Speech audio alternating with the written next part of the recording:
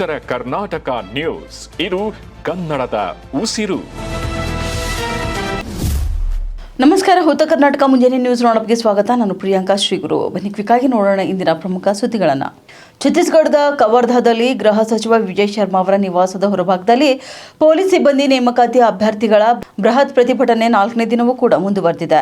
District reserve police ಫೋರ್ಸ್ನ ಒಟ್ಟು 5,967 ಮಂಜೂರಾದ ಹುದ್ದೆಗಳ ಪೈಕಿ ಕೇವಲ 4,367 ಹುದ್ದೆಗಳನ್ನು ಮಾತ್ರ ಭರ್ತಿ ಮಾಡಲಾಗಿದೆ. ಇನ್ನು 1,940 ಹುದ್ದೆಗಳು ಖಾಲಿ ಉಳಿದಿವೆ ಎಂದು ಆರ್ಟಿಐ ಮಾಹಿತಿಯನ್ನು ಉಲ್ಲೇಖಿಸಿದೆ ಎಂದು ಅಭ್ಯರ್ಥಿಗಳು ಆರೋಪ ಮಾಡಿದ್ದಾರೆ. ಒಬ್ಬನೇ ಅಭ್ಯರ್ಥಿಯ ಹೆಸರು ಹಲವು ಜಿಲ್ಲೆಗಳ ಮೆರಿಟ್ ಪಟ್ಟಿಯಲ್ಲಿ ಬಂದಿದ್ದರಿಂದ ಈ ಹುದ್ದೆಗಳು ಖಾಲಿ ಉಳಿದಿವೆ. ಹೀಗಾಗಿ ಕೂಡಲೇ 2ನೇ ಆಯ್ಕೆ ಪಟ್ಟಿಯನ್ನು ಬಿಡುಗಡೆ ಮಾಡಿ ಬಾಕಿ ಉಳಿದಿರುವಂತಹ ಎಲ್ಲಾ 1,940 ಹುದ್ದೆಗಳನ್ನು ಭರ್ತಿ ಮಾಡಬೇಕು ಎಂದು ಅಭ್ಯರ್ಥಿಗಳು ಪಟ್ಟು ಹಿಡಿದಿದ್ದಾರೆ. ಸರ್ಕಾರದಿಂದ ಅಧಿಕೃತ ಆದೇಶ ಬರುವವರೆಗೆ ತಮ್ಮ ಹೋರಾಟವನ್ನು ಕೈ ಬಿಡುವುದಿಲ್ಲ ಎಂದು ಎಚ್ಚರಿಕೆ ಕೂಡ ನೀಡಿದ್ದಾರೆ.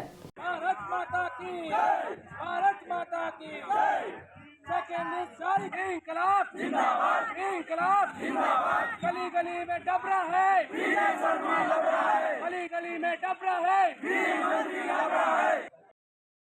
ಶ್ರಾವಣ ಮಾಸದ ಪವಿತ್ರ ಸೋಮವಾರದ ಶುಭ ಸಂದರ್ಭದಲ್ಲಿ ವಾರಣಾಸಿಯ ಪ್ರಸಿದ್ಧ ಶ್ರೀ ಕಾಶಿ ವಿಶ್ವನಾಥ ದೇವಾಲಯದಲ್ಲಿ ಭಕ್ತಿಭಾವದ ಪರಿಕಾಷ್ಠೆ ಕಂಡುಬಂದಿದೆ. ಇಂದು ಮುಂಜಾನೆ ಬ್ರಹ್ಮ ಮುಹೂರ್ತದಲ್ಲಿ ನಡೆದಂಥ ಪ್ರಸಿದ್ಧ ಮಂಗಳ ಆರತಿಯಲ್ಲಿ ಸಾವಿರಾರು ಶಿವಭಕ್ತರು ಪಾಲ್ಗೊಂಡು ಬಾಬಾ ವಿಶ್ವನಾಥನ ಕೃಪೆಗೆ ಪಾತ್ರರಾದರು. ಇನ್ನು ಮುಂಜಾನೆಯಿಂದಲೇ ಗಂಗೆ ವಿವಿಧ ಘಾಟ್ಗಳಲ್ಲಿ ಪವಿತ್ರ ಸ್ನಾನ ಪೂರೈಸಿದ ಭಕ್ತರು ಹರ ಹರ ಮಹಾದೇವ್ ಮತ್ತು ಜೈ ಶಿವ ಶಂಭೋ ಎಂಬ ಉಚ್ಚಾರಣೆಗಳೊಂದಿಗೆ ವಿಶ್ವನಾಥ ಧಾಮದತ್ತ ಹರಿದು ಬಂದಿದ್ದಾರೆ. ದೇವಾಲಯದ ಗರ್ಭಗುಡಿಯಲ್ಲಿ ವೈದಿಕ ಮಂತ್ರಘೋಷಗಳ ನಡುವೆ ಬಾಬಾ ವಿಶ್ವನಾಥನಿಗೆ ವಿಶೇಷ ಅಭಿಷೇಕ, ಶೃಂಗಾರ ಹಾಗೂ ಭವ್ಯ ಮಂಗಳ ಆರತಿಯನ್ನು ಕೂಡ ನೆರವೇರಿಸಲಾಯಿತು. ಇನ್ನು ಈ ದಿವ್ಯಕ್ಷಣಕ್ಕೆ ಸಾಕ್ಷಿಯಾದ ಭಕ್ತರೊಬ್ಬರು ಮಾತನಾಡಿ, ಶ್ರಾವಣ ಸೋಮವಾರದಂದು ಕಾಶಿ ವಿಶ್ವನಾಥನ ಮಂಗಳ ಆರತಿ ದರ್ಶನ ಸಿಕ್ಕಿರುವುದು ನಮ್ಮ ಪಾಲಿನ ಜನ್ಮ ಸಾಫಲ್ಯ ಎಂದು ತಿಳಿಸಿದ್ದಾರೆ. ಇಲ್ಲಿನ ಧಾರ್ಮಿಕ ವಾತಾವರಣ ಮನಸ್ಸಿಗೆ ಅಪಾರ ಶಾಂತಿ ಮತ್ತು ಆನಂದ ತಂದಿದೆ ಎಂದು ತಮ್ಮ ಸಂತಸವನ್ನು ಹಂಚಿಕೊಂಡಿದ್ದಾರೆ. ಇನ್ನು ಶ್ರಾವಣ ಮಾಸದ ಕೊನೆಯ ಸೋಮವಾರವಾಗಿದ್ದರಿಂದ ಭಕ್ತರ ಸಂಖ್ಯೆ ಅಪಾರವಾಗಿದ್ದು, ಯಾವುದೇ ರೀತಿಯ ಅಹಿತಕರ ಘಟನೆಗಳು ನಡೆಯದಂತೆ ಶ್ರೀ ಕಾಶಿ ವಿಶ್ವನಾಥ ನಗರಿ ಹಾಗೂ ದೇವಾಲಯದ ಸುತ್ತಮುತ್ತ ಜಿಲ್ಲಾಡಳಿತ ಮತ್ತು ಪೊಲೀಸ್ ಇಲಾಖೆಯಿಂದ ಈಗಾಗಲೇ ಬಿಗಿ ಭದ್ರತಾ ವ್ಯವಸ್ಥೆ ಕಲ್ಪಿಸಲಾಗಿತ್ತು. ಇನ್ನು ಭಕ್ತರಿಗೂ ಕೂಡ ಸಾರಾಗವಾಗಿ ದರ್ಶನ ಪಡೆಯಲು ವಿಶೇಷ ಸರದಿ ಸಾಲಿನ ವ್ಯವಸ್ಥೆಯನ್ನು ಕೂಡ ಕಲ್ಪಿಸಲಾಗಿತ್ತು.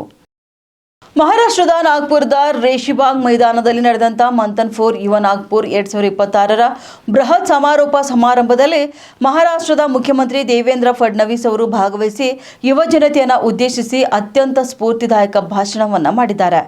ಸಭೆಯನ್ನು ಉದ್ದೇಶಿಸಿ ಮಾತನಾಡಿದ ಅವರು, ಹಿಂದಿ ಸಿನಿಮಾಗಳಲ್ಲಿ ನೋಡಿರುವ ಪ್ರಕಾರ ಅನಿಲ್ ಕಪೂರ್ ಅವರಂತೆ ಯಾರೊಬ್ಬರು ಒಂದೇ ದಿನಕ್ಕೆ ಮುಖ್ಯಮಂತ್ರಿ ಆಗುವುದು ಸುಲಭವಿರಬಹುದು, ಆದರೆ ವಾಸ್ತವ ಜೀವನದಲ್ಲಿ ಅದು ಅಷ್ಟು ಸರಳವಲ್ಲ ಎಂದು ತಿಳಿಸಿದ್ದಾರೆ. ಇನ್ನು ನಮ್ಮ ಭಾರತೀಯ ಸಂವಿಧಾನ ನಮಗೆ ಪ್ರಜಾಪ್ರಭುತ್ವ ಎಂಬ ದಿವ್ಯ ಕೊಡುಗೆಯನ್ನು ಕೂಡ ನೀಡಿದೆ.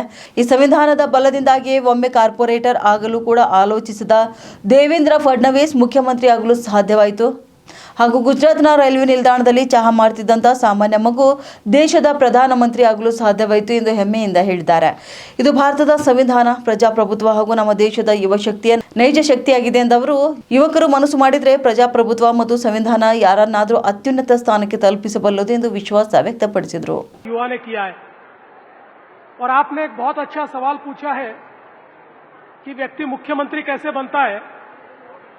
वैसे तो हिंदी फिल्म में अनिल कपूर एक दिन के भी नायक बन जाते हैं, मुख्यमंत्री बन जाते हैं, लेकिन इतना आसान नहीं है. देखिए, इस देश में हमारे संविधान ने लोकतंत्र दिया है और इस लोकतंत्र की खूबी यह है कि जो देवेंद्र फडणवीस कभी ये भी नहीं सोच सकता था कि वो कॉर्पोरेटर बनेगा, वो मुख्यमंत्री के ಮುಂಗಾರು ಮಳೆ ಕೈಕೊಟ್ಟ ಪರಿಣಾಮ ಬೆಳೆ ಹಾನಿಯಾಗಿರುವ ಹಿನ್ನೆಲೆಯಲ್ಲಿ ಬೀದರ್ ದಕ್ಷಿಣ ಕ್ಷೇತ್ರದ ಶಾಸಕ ಡಾಕ್ಟರ್ ಶೈಲೇಂದ್ರ ಬೆಲ್ದಾಳೆ ಅವರು ರೈತರ ಜಮೀನುಗಳಿಗೆ ಭೇಟಿ ನೀಡಿ ಬೆಳೆ ಪರಿಶೀಲನೆಯನ್ನು ನಡೆಸಿದ್ದಾರೆ. ಇದೇ ವೇಳೆ ಎಕರೆಗೆ 50,000 ರೂಪಾಯಿ ಪರಿಹಾರ ಘೋಷಿಸುವಂತೆ ಸರ್ಕಾರಕ್ಕೆ ಒತ್ತಾಯ ಮಾಡಿದ್ದಾರೆ. ಬೀದರ್ ತಾಲೂಕಿನ ಅಷ್ಟೂರ್, ಮಲ್ಕಾಪುರ್ ಹಾಗೂ ಸುಲ್ತಾನ್ಪುರ್ ಗ್ರಾಮಗಳಿಗೆ ಅಧಿಕಾರಿಗಳೊಂದಿಗೆ ಭೇಟಿ ನೀಡಿದ ಶಾಸಕರು ಒಣಗುತ್ತಿರುವಂತಹ ಬೆಳೆಗಳು ಹಾಗೂ ಹಾನಿಯ ಪ್ರಮಾಣವನ್ನು ಪರಿಶೀಲಿಸಿ ರೈತರೊಂದಿಗೆ ಮಾಹಿತಿ ಪಡೆದುಕೊಂಡಿದ್ದಾರೆ. ಸಮರ್ಪಕ ಹಾಗೂ ವೈಜ್ಞಾನಿಕ ರೀತಿಯಲ್ಲಿ ಬೆಳೆ ಹಾನಿ ಸಮೀಕ್ಷೆ ನಡೆಸಿ ಅರ್ಹ ಯಾವುದೇ ರೈತರು ಪರಿಹಾರದಿಂದ ವಂಚಿತರಾಗದಂತೆ ಅಧಿಕಾರಿಗಳಿಗೆ ಸೂಚನೆ ನೀಡಿದ್ದಾರೆ. ಇನ್ನು ರೈತರಿಗೆ ಸರ್ಕಾರದ ನಿಯಮಾನುಸಾರ ಪರಿಹಾರ ವಿಮೆ ಸೇರಿದಂತೆ ಅಗತ್ಯ ಸೌಲಭ್ಯಗಳನ್ನು ಒದಗಿಸಬೇಕು. ಮಳೆ ಕೊರತೆಯಿಂದ ಸಂಕಷ್ಟಕ್ಕೀಡಾಗಿರುವ ರೈತರಿಗೆ ಶೀಘ್ರವೇ ಎಕರೆಗೆ 50,000 ರೂಪಾಯಿ ಪರಿಹಾರ ಘೋಷಿಸಬೇಕು ಎಂದು ಆಗ್ರಹಿಸಿದ್ದಾರೆ. ಬಳಿಕ ವಿಬಿಜಿ ರಾಮ್ಜಿ ಯೋಜನೆಯಡಿ ನಡೆಯುತ್ತಿರುವಂತಹ ಕಾಮಗಾರಿಗಳನ್ನು ಪರಿಶೀಲಿಸಿದ ಶಾಸಕರು ಕಾರ್ಮಿಕರಿಗೆ ದಿನಗೂಲಿ ಹಣ ಸಕಾಲಕ್ಕೆ ಪಾವತಿಯಾಗಬೇಕು ಹಾಗೂ ಕಾಮಗಾರಿಗಳಲ್ಲಿ ಪಾರದರ್ಶಕತೆ ಕಾಪಾಡಬೇಕು ಎಂದು ಅಧಿಕಾರಿಗಳಿಗೆ ಸೂಚನೆಯನ್ನು ನೀಡಿದ್ದಾರೆ.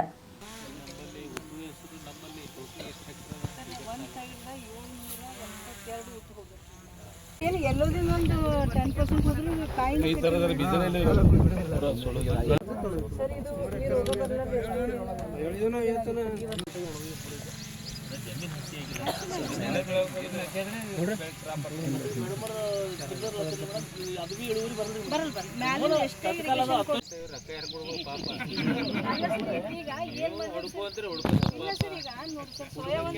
ನಾವು ಆಕ್ಚುಲಿ ಆಸೆ ಈಗ ಏನ್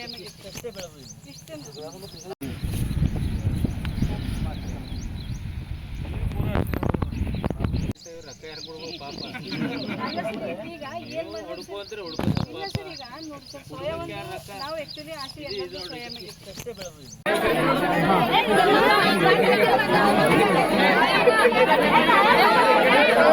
ದುಡ್ಡು ಜಮಾ ಆಲತ್ತ ನಿಮ್ಮ ಮಕ್ಕಳದಾಗ ಎಸ್ಸಿ ಅಷ್ಟೇ ಹಿಂಗೆ ಮಾಡ್ಯಾರ ಸರ್ ಅದ್ರಾಗ ನಿನ್ನೆ ಒಂದು 6 ಲಕ್ಷ ಆಗಿತ್ತು ಆಗ ಪೇಮೆಂಟ್ ಕ್ಯಾಟಗರಿ ಮಾಡಿ ತೋರ ಹೈರಾಣ ಮಾಡಕ್ಕೆ ಹೌದು ಸರ್ ಅದನ್ನೇ ಹೊರತ ಗಡಿ ಜಿಲ್ಲೆ ಬೀದರ್ನ ರೈತರ ನೋವಿನ ಸುದ್ದಿ ಅಂತ ಹೇಳ್ಬೋದು. ಮುಂದಿನ ಸುದ್ದಿ ನಮ್ಮ ಸಹೋದ್ಯೋಗಿ ಕೊಡ್ತಾರೆ.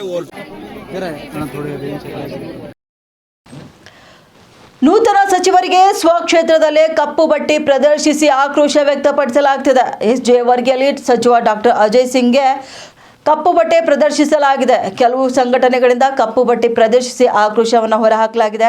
ನೂತನ ಸಚಿವರಾದ ಬಳಿಕ ಮೊದಲ ಬಾರಿಗೆ ಜೇವರ್ಗಿ ಕ್ಷೇತ್ರಕ್ಕೆ ಆಗಮಿಸಿದ್ರು ಅಜಯ್ ಸಿಂಗ್ ಅವರು.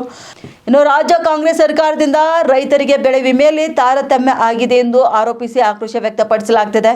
ಜೇವರ್ಗಿ ಹಾಗೂ ಯಡ್ರಾಮಿ ತಾಲೂಕನ್ನ ಬರ ಪೀಡಿತ ಪ್ರದೇಶವನ್ನಾಗಿ ಘೋಷಣೆಗೆ ಆಗ್ರಹಿಸುತ್ತಿದ್ದಾರೆ. ಹೆದ್ದಾರಿಯಲ್ಲಿ ಸಚಿವರ ಕಾರು ಅಡ್ಡಗಟ್ಟಿ ಆಕ್ರೋಶ ವ್ಯಕ್ತಪಡಿಸಿದ ರೈತ ಪರ ಸಂಘಟನೆಗಳು ನೀವು ನೋಡ್ತಾ ಇದ್ದೀರಾ. ಇನ್ನು ರೈತ ಪರ ಸಂಘಟನೆ, ದಲಿತ ಪರ ಸಂಘಟನೆ, ಕನ್ನಡ ಪರ ಸಂಘಟನೆಗಳಿಂದ ಆಕ್ರೋಶ ವ್ಯಕ್ತವಾಗ್ತಿದೆ. ಸಚಿವರಾಗಿ ಮೊದಲ ಬಾರಿಗೆ ಆಗಮಿಸಿದ್ದಾಗಲೇ ಧಿಕ್ಕಾರದ ಸ್ವಾಗತ ಸಚಿವರಿಗೆ ಎದುರಾಗಿದೆ.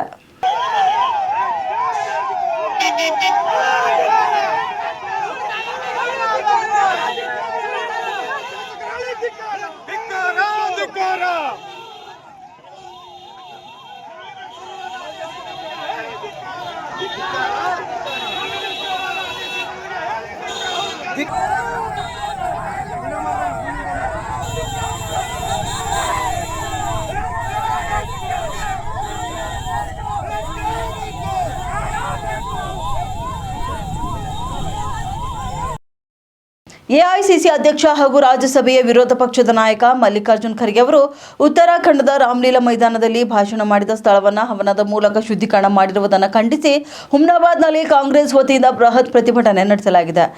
ಮಾಜಿ ಸಚಿವ ರಾಜಶೇಖರ್ ಪಾಟೀಲ್ ನೇತೃತ್ವದಲ್ಲಿ ಹುಮ್ನಾಬಾದ್ ನಗರದ ಹಳೆ ತಹಶೀಲ್ದಾರ್ ಕಚೇರಿಯಿಂದ ಆರಂಭವಾದ ಪ್ರತಿಭಟನಾ ರ್ಯಾಲಿ ಡಾಕ್ಟರ್ ಬಿಆರ್ ಅಂಬೇಡ್ಕರ್ ವೃತ್ತದವರೆಗೆ ನಡೆಯಿತು. ನೂರಾರು ಕಾಂಗ್ರೆಸ್ ಕಾರ್ಯಕರ್ತರು ಭಾಗವಹಿಸಿ ಘಟನೆಯನ್ನು ಖಂಡಿಸಿ ಧಿಕ್ಕಾರ ಕೂಗಿ ಆಕ್ರೋಶ ವ್ಯಕ್ತಪಡಿಸಿದ್ದಾರೆ. ಅಷ್ಟೆಲ್ಲ ಖರ್ಗೆ ಅವರು ತಮ್ಮ ಇಡೀ ಜೀವನವನ್ನು ದೇಶಕ್ಕಾಗಿ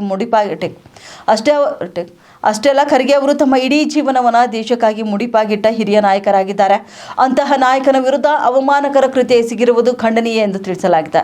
2014ರ ಬಳಿಕ ಇಂತಹ ಘಟನೆಗಳು ಹೆಚ್ಚಾಗಿವೆ ಎಂದು ಮಾಜಿ ಸಚಿವ ರಾಜಶೇಖರ್ ಪಾಟೀಲ್ ಆರೋಪ ಮಾಡಿದ್ದಾರೆ.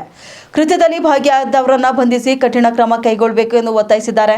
ನಂತರ ತಹಶೀಲ್ದಾರ್ ಮೂಲಕ ರಾಜ್ಯಪಾಲರಿಗೆ ಮನವಿ ಕೂಡ ಸಲ್ಲಿಸಲಾಯಿತು.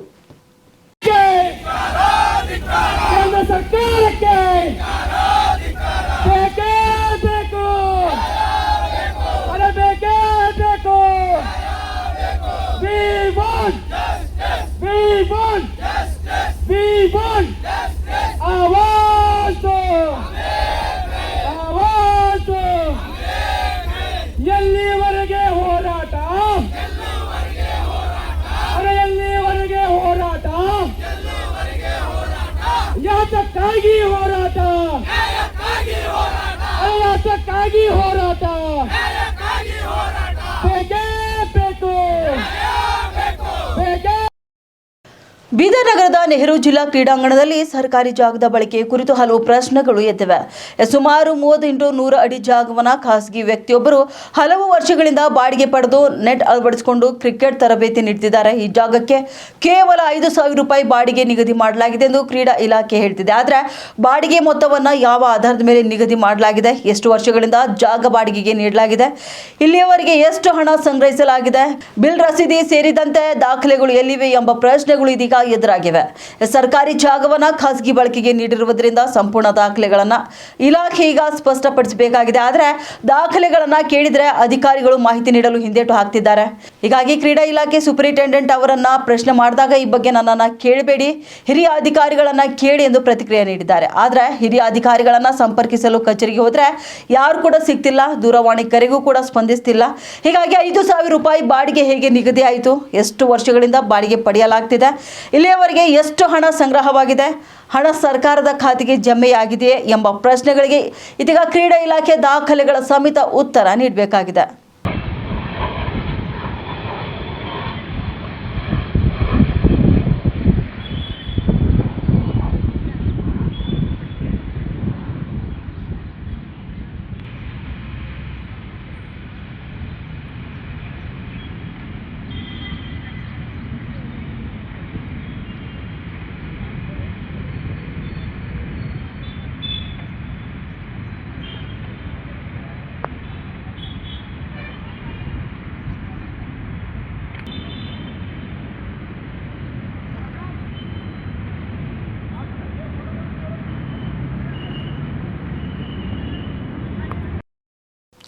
ಯಾದಗಿರಿ ಜಿಲ್ಲೆಯ ಶಹಾಪುರ ತಾಲೂಕಿನ ಬಡ್ನಾಳ ಗ್ರಾಮದ ಬಳಿ ಭೀಕರ ರಸ್ತೆ ಅಪಘಾತ ಸಂಭವಿಸಿದ್ದು, ಕೂಲಿ ಕೆಲಸ ಮುಗಿಸಿಕೊಂಡು ಮನೆಗೆ ವಾಪಸ್ ಆಗ್ತಿದ್ದಂತ 3 ಮಹಿಳಾ ಕಾರ್ಮಿಕರು ಸ್ಥಳದಲ್ಲೇ ದುರ್ಮರಣಕ್ಕೀಡಾಗಿದ್ದಾರೆ. ಬಡ್ನಾಳ ಗ್ರಾಮದ ಸುತ್ತಮುತ್ತಲಿನ ಜಮೀನುಗಳಲ್ಲಿ ಹತ್ತಿ ಕಸ ತೆಗೆಯುವ ಕೆಲಸಕ್ಕಾಗಿ ಬೆಳಗಿನ ಜಾವವೇ ತೆರಳಿದ್ದ ಕಾರ್ಮಿಕರು ಸಂಜೆ ಬುಲೆರೋ ವಾಹನದಲ್ಲಿ ಮನೆಗೆ ಮರಳುತ್ತಿದ್ದಾಗ ಈ ದುರಂತ ಸಂಭವಿಸಿದೆ. ಚಾಲಕನ ನಿಯಂತ್ರಣ ತಪ್ಪಿದ ಬುಲೆರೋ ವಾಹನವು ರಸ್ತೆ ಬದಿಯ ವಿದ್ಯುತ್ ಕಂಬಕ್ಕೆ ಭೀಕರವಾಗಿ ಡಿಕ್ಕಿ ಹೊಡೆದಿದೆ. ಅಪಘಾತದ ತೀವ್ರತೆಗೆ ವಾಹನದಲ್ಲಿದ್ದಂಥ ಭಾಗ್ಯಶ್ರೀ 35 ವರ್ಷದವರಾಗಿದ್ದರು, ಸತ್ಯಮ್ಮ 30 ವರ್ಷ ಹಾಗೂ ಹೊನ್ನಿಂಗಮ್ಮ 18 ವರ್ಷ ಎನ್ನುವ ಮಹಿಳೆಯರು ಸ್ಥಳದಲ್ಲೇ ಮೃತಪಟ್ಟಿದ್ದಾರೆ. ಇನ್ನು ಘಟನೆಯಲ್ಲಿ 8 ಮಂದಿ ಕಾರ್ಮಿಕರು ಕೂಡ ಗಂಭೀರವಾಗಿ ಗಾಯಗೊಂಡಿದ್ದಾರೆ. ಅವರನ್ನು ಕೂಡ ತಕ್ಷಣವೇ ಶಹಾಪುರ ತಾಲೂಕು ಸರ್ಕಾರಿ ಆಸ್ಪತ್ರೆಗೆ ದಾಖಲಿಸಿ ಚಿಕಿತ್ಸೆ ಕೂಡ ನೀಡಲಾಗ್ತಿದೆ. ಸುದ್ದಿ ತಿಳಿದ ತಕ್ಷಣ ಭೀಮರಾಯನಗುಡಿ ಠಾಣೆ PSI ದೇವೇಂದ್ರ ರೆಡ್ಡಿ ಸ್ಥಳಕ್ಕೆ ಭೇಟಿ ನೀಡಿ ಪರಿಶೀಲನೆಯನ್ನ ನಡೆಸಿದ್ದಾರೆ. ಈ ಸಂಬಂಧಪಟ್ಟಂತೆ ಭೀಮರಾಯನಗುಡಿ ಪೊಲೀಸ್ ಠಾಣೆಯಲ್ಲಿ ಪ್ರಕರಣ ಕೂಡ ದಾಖಲಾಗಿದೆ. ವಾಲ್ಮೀಕಿ ನಿಗಮದ ಹಗರಣಕ್ಕೆ ಸಂಬಂಧಪಟ್ಟಂತೆ ಮಾಜಿ ಸಚಿವ ಬಿ ನಾಗೇಂದ್ರ ವಿರುದ್ಧ ಪ್ರಾಸಿಕ್ಯೂಷನ್ಗೆ ಅನುಮತಿ ಕೋರಿ ಈಗಾಗಲೇ ಸಿಬಿಐ ರಾಜ್ಯಪಾಲರಿಗೆ ಪತ್ರ ಬರೆದಿರುವ ವಿಚಾರವಾಗಿ ಕಲಬುರಗಿಯಲ್ಲಿ ನಗರಾಭಿವೃದ್ಧಿ ಸಚಿವ ಡಾಕ್ಟರ್ ಯತೀಂದ್ರ ಸಿದ್ದರಾಮಯ್ಯ ತೀವ್ರ ಪ್ರತಿಕ್ರಿಯೆ ನೀಡಿದ್ದಾರೆ. ಮಾಧ್ಯಮಗಳೊಂದಿಗೆ ಮಾತನಾಡಿದ ಅವರು, ಇಡಿ ಮತ್ತು ಸಿಬಿಐ ಸಂಸ್ಥೆಗಳು ಸಂಪೂರ್ಣವಾಗಿ ಕೇಂದ್ರ ಸರ್ಕಾರದ ಅಧೀನದಲ್ಲೇ ಕೆಲಸ ಮಾಡ್ತವೆ. ನಮ್ಮ ರಾಜ್ಯ ಸರ್ಕಾರ ರಚಿಸಿದಂಥ SIT ತನಿಖೆಯಲ್ಲಿ ನಾಗೇಂದ್ರ ಅವರನ್ನು ಆರೋಪಿಯನ್ನಾಗಿ ಮಾಡಿಲ್ಲ. ಹಗರಣದಲ್ಲಿ ಒಟ್ಟು 87 ಕೋಟಿ ರೂಪಾಯಿ ಪೈಕಿ ಈಗಾಗಲೇ 79 ಕೋಟಿ ರೂಪಾಯಿ ರಿಕವರಿ ಆಗಿದೆ ಎಂದು ತಿಳಿಸಲಾಗಿದೆ. ಬಾಕಿ ಹಣವನ್ನು ಶೀಘ್ರವೇ ವಸೂಲಿ ಮಾಡಲಾಗುವುದು. ಸರ್ಕಾರದ ಹಣ ಎಲ್ಲಿಯೂ ಕೂಡ ಹೋಗಿಲ್ಲ. ನಾಗೇಂದ್ರ ಅವರು ಈ ಹಗರಣದಲ್ಲಿ ಭಾಗಿಯಾಗಿದ್ದಾರೆ ಎಂಬುದಕ್ಕೆ ಯಾವುದೇ ಸಾಕ್ಷ್ಯಾಧಾರಗಳಿಲ್ಲ. ಹೀಗಾಗಿ ರಾಜಕೀಯ ದುರುದ್ದೇಶದಿಂದ ಅವರನ್ನು ಟಾರ್ಗೆಟ್ ಮಾಡಲಾಗ್ತಿತ್ತು. ಕಾಂಗ್ರೆಸ್ ಪಕ್ಷವು ಅವರ ಬೆನ್ನಿಗೆ ನಿಲ್ಲಲಿದೆ ಎಂದು ಸ್ಪಷ್ಟನೆ ನೀಡಿದ್ದಾರೆ. ಇದೇ ವೇಳೆ ಕಾಂಗ್ರೆಸ್ ಮಂತ್ರಿಮಂಡಲ ರಚನೆಗೆ 2,000 ಕೋಟಿ ರೂಪಾಯಿ ಕಲೆಕ್ಷನ್ ಆಗಿದೆ ಎಂಬ ಬಸನಗೌಡ ಪಾಟೀಲ್ ಯತ್ನಾಳ್ ಅವರ ಹೇಳಿಕೆಗೆ ತಿರುಗೇಟು ನೀಡಿದ ಯತ್ನಾಳ್ ಅವರು ಮೊದಲು ಸೂಕ್ತ ಸಾಕ್ಷ್ಯವನ್ನ ನೀಡಿ ಮಾತನಾಡಲಿ. ಹಿಂದೆ CM ಆಗಲು 2,500 ಕೋಟಿ ರೂಪಾಯಿ ಕೇಳಿದ್ರು ಎಂದು ಸ್ವತಃ ಯತ್ನಾಳ್ ಅವರೇ ಹೇಳಿದ್ರು. ಹಾಗಾದ್ರೆ ಇದು ನಿಜವೇ ಎಂದು ಪ್ರಶ್ನೆ ಮಾಡಿದ್ದಾರೆ. ಇನ್ನು ಒಂದೇ ಮಾತರಂ ಗೀತೆಯನ್ನು 6 ಸ್ಟ್ಯಾಂಡ್ಗಳಿಗೆ ಹೆಚ್ಚಿಸುವ ವಿಚಾರವಾಗಿ ಬಿಜೆಪಿ ವಿರುದ್ಧ ಕಿಡಿಕಾರಿದ ಸಚಿವರು, ಸ್ವಾತಂತ್ರ್ಯ ಹೋರಾಟಗಾರರು ಅಂದು ತೆಗೆದುಕೊಂಡಂತ ನಿರ್ಧಾರಕ್ಕಿಂತ ಬಿಜೆಪಿಯವರ ನಿರ್ಧಾರವೇ ದೊಡ್ಡದಾ ಅಥವಾ ಬಿಜೆಪಿಯವರಿಗೆ ಮಾಡಲು ಯಾವುದೇ ಕೆಲಸವಿಲ್ಲದ ಕಾರಣ ಇಂತಹ ಅನಾಗತ್ಯ ವಿವಾದಗಳನ್ನು ಸೃಷ್ಟಿಸುತ್ತಿದ್ದಾರೆ ಎಂದು ವಾಗ್ದಾಳಿಯನ್ನು ನಡೆಸಿದ್ದಾರೆ. ಸಿಬಿಐ ಪತ್ರ ಬರೆದಿದ್ದಾರೆ. ಈಗ ಇಡಿ CBI ಅವರೆಲ್ಲ ಕೂಡ ಕೇಂದ್ರ ಸರ್ಕಾರದ ಕೈಗೊಂಬೆಗಳ ಥರ ಅವರು ಕೆಲಸ ಮಾಡ್ತಿದ್ದಾರೆ. ನಾವು SIT ಮಾಡಿದ್ವಿ. SITನಲ್ಲಿ ಅವ್ರನ್ನ ಅಕ್ಯೂಸ್ಡಾಗಿ ಮಾಡಿಲ್ಲ, ಆರೋಪಿಗಳನ್ನಾಗಿ ಮಾಡಿಲ್ಲ. ಮತ್ತು ಎಷ್ಟು ಹಣ ವಾಲ್ಮೀಕಿ ನಿಗಮದಿಂದ ತೆಗೆದಿದ್ರು, ಸುಮಾರು 87 ಕೋಟಿ ಹಣ ತೆಗೆದಿದ್ರು. ಅದರೊಳಗೆ 79 ಕೋಟಿ ಈಗಾಗಲೇ ರಿಕವರು ಆಗಿದೆ. ಇನ್ನು ಮಿಕ್ಕಿದ್ದು ಬೇರೆ ಬೇರೆ ಆಸೆಟ್ಸಲ್ಲಿದೆ, ಕಾರು ಗೀರು ತೊಗೊಂಡಿದ್ದಾರೆ. ಸೊ ಅದನ್ನು ರಿಕವರ್ ಮಾಡ್ತೀವಿ. ಸೊ ಹಣ ಎಲ್ಲಿಗೂ ಹೋಗಿಲ್ಲ. ಸರ್ಕಾರದ ಹಣನ ಮತ್ತೆ ವಾಪಸ್ ನಾವು ತಗೊಂಡಿದ್ದೀವಿ. ಮತ್ತು ನಾಗೇಂದ್ರ ಅವರು ಇದರೊಳಗೆ ಇನ್ವಾಲ್ವ್ ಆಗಿದ್ದಕ್ಕೆ ಯಾವುದು ಸರಿಯಾದಂಥ ಬಲವಾದಂಥ ಸಾಕ್ಷ್ಯಾಧಾರಗಳಿಲ್ಲ. ಇ ಡಿ ಅವರು ಕೂಡ ಮೊದಲನೇ ಬಾರಿ ಅವರು FIR ಮಾಡಿದಾಗ ನಾಗೇಂದ್ರ ಅವರನ್ನು ಅವರು ಆರೋಪಿಗಳನ್ನಾಗಿ ಮಾಡಲ್ಲ, ಕೇವಲ ರಾಜಕಾರಣಕ್ಕೋಸ್ಕರ, ರಾಜಕೀಯ ಕಾರಣಗಳಿಗೋಸ್ಕರ ಅವರನ್ನು ಟಾರ್ಗೆಟ್ ಮಾಡ್ತಿದ್ದಾರೆ. ಸೊ ಹಾಗಾಗಿ ನಮ್ಮ ಪಕ್ಷ ನಮ್ಮ ಸಚಿವರ ಪರವಾಗಿ ನಿಲ್ಲುತ್ತೆ. ಸಚಿವ ಸಂಪುಟಕ್ಕೆ 2,000 ಕೋಟಿ ಕಲೆಕ್ಷನ್ ಆಗಿದೆ ಅಂತ ಬಂದಿರುವಂತ ಆರೋಪ ಮಾಡ್ತಾರೆ. ಸಚಿವ ಸಂಪುಟಕ್ಕೆ DK ಸಚಿವ ಸಂಪುಟ ಮಂತ್ರಿಮಂಡಲ ರಚನೆಗೆ 2,000 ಕೋಟಿ ಅಪೋಸಿಷನ್ ಅವ್ರಿಗೆ ಹಾಗೇನೆ ಹುರುಳಿಲ್ದೇ ಇರುವಂಥ ಆರೋಪ ಮಾಡಿರ್ತಾರೆ. ಫಸ್ಟು ಸಾಕ್ಷ್ಯಾಧಾರ ಕೂಡಲೇ ಆ ಥರ ಮಾಡಿದ್ಕೆ. ಹಾಗಾದರೆ ಯತ್ನಾಳ್ ಅವ್ರು ಹೇಳಿದ್ರಲ್ಲ, ಇವರು CMಗೆ 2,500 ಕೋಟಿ ಇಸ್ಕೊಳ್ತಾರೆ ಅಂತೇಳಿ. ಹಾಗಾದರೆ ಅದು ನಿಜನಾಗಾರೆ?